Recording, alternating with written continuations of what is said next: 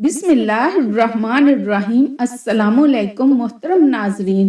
کسی بستی میں ایک عورت بڑی نیک عبادت گزار ہر وقت اللہ کی یاد میں مشغول رہتی تھی۔ اللہ کی قدرت کے اس کا نیک خدا ترس شوہر وفات پا گیا۔ اس کا ایک ہی لڑکا تھا۔ اس نیک دل عورت نے اس لڑکے کی بڑی اچھی طرح پرورش کی، بہت اچھے سے پالا، تعلیم بھی اچھی دلائی۔ لڑکے نے جب دنیا کے میدان میں قدم رکھا تو ہر طرف اس کے حسن سلوک کے چرچے ہونے لگے۔ شریف لوگ اس کو عزت کی نگاہ سے دیکھتے، بیوہ عورتیں اس کو دعائیں دیتی، وہ غریبوں سے ہمدردی کرتا، خیرات صدقات دیتا۔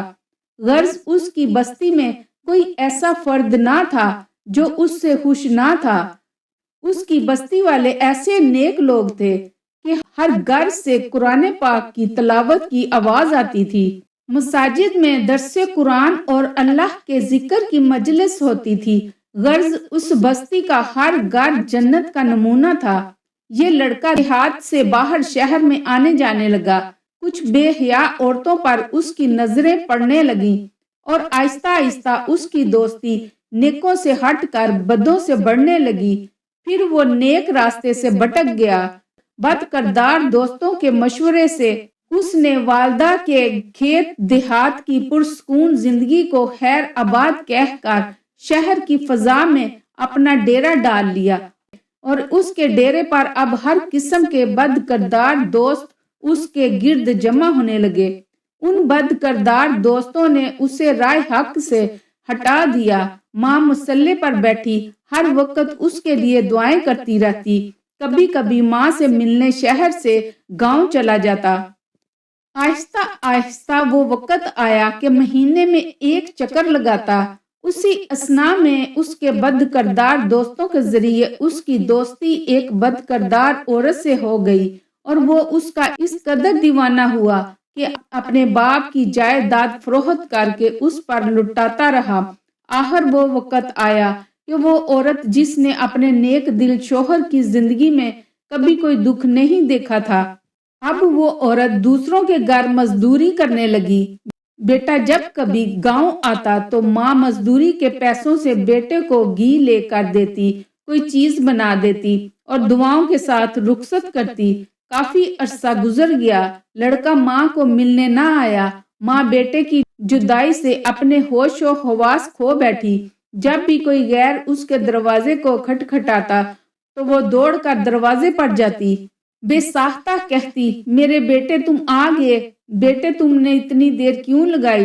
جب معلوم ہوتا کہ گلی کے کسی بچے نے دروازہ کھٹکھٹایا تو دل پر ہاتھ رکھ کر پھر مصلے پر آ بیٹھتی اور رونا شروع کر دیتی۔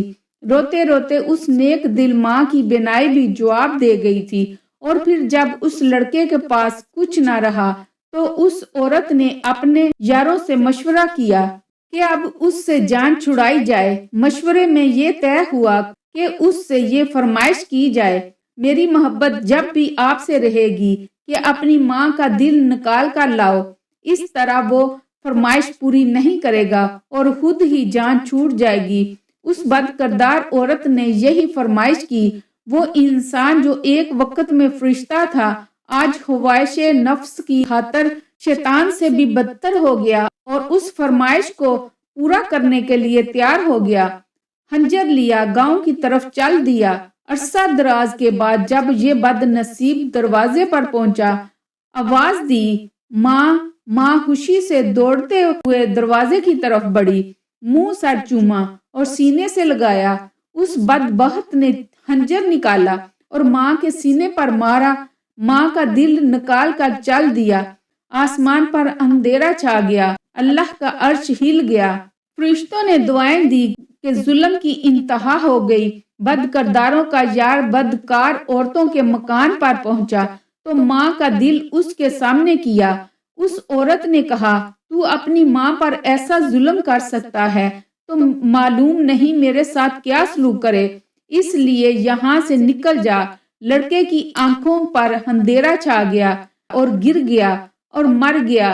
اس بد کردار عورت کے کمرے میں پڑی چھری پر پڑا۔ ماں کا دل پھٹا، درد کے ساتھ دل سے آواز نکلی، بیٹا کہیں چوٹ تو نہیں لگی؟